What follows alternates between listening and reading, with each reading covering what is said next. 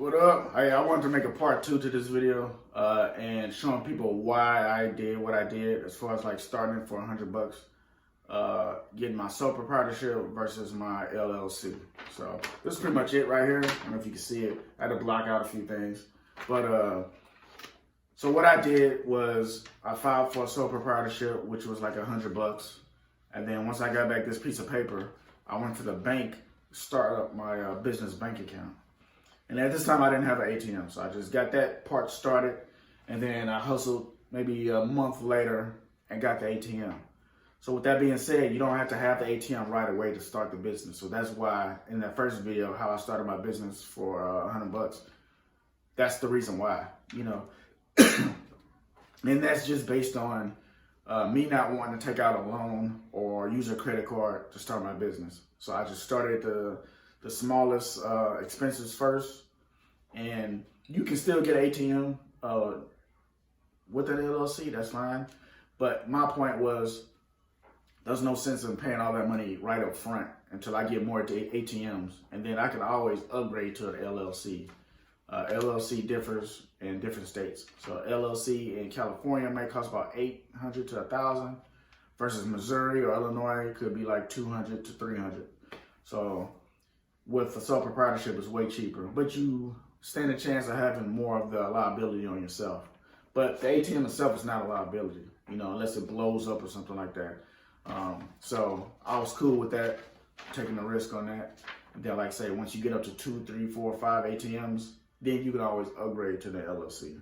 So that's the reason why I did what I did.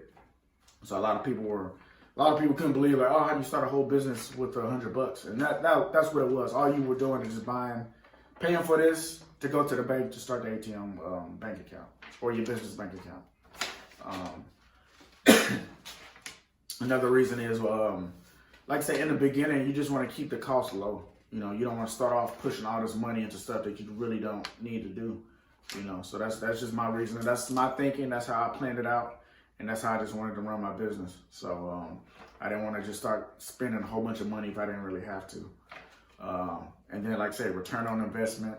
If you were to get a loan or use your credit card, you know, you got to pay that back. Whether this is going to do good or not, you still got to pay that money back. So it allowed me to really put my ATM in a location to see how it was going to work.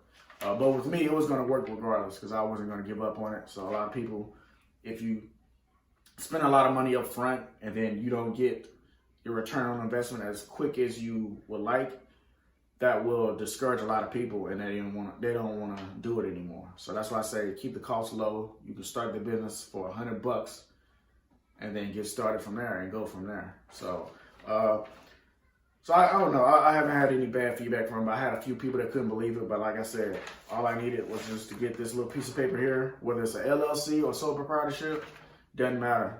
That's all you need to start the business bank account and get started on the business. Like I say, it's 2020. Illinois has weed dispensaries that's just opening up, so there's more to come. There's going to be more businesses to start weed dispensaries.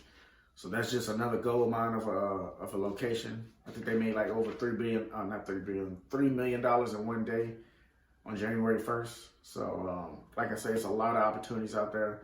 The location in Collinsville, Illinois, they have 2 ATMs in there. So I don't know if they are owned by the establishment or they're independent-owned ATMs. But just the possibility that you can get your ATM in a weed dispensary that's real big.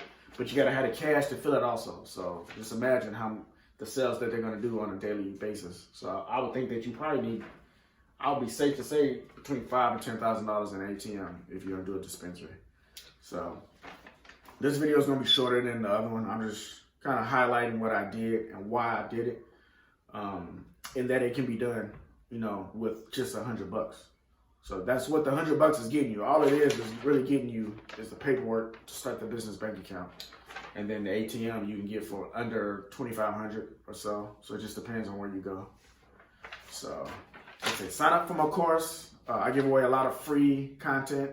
And then, like I say, if you want to get started, I'll show you how to go step by step, how to file to get the paperwork started, what you need when you go to the bank, how to look for locations, contracts, well, all that stuff inside my course. And then, like I said, I also give away a lot of free info. So, all right.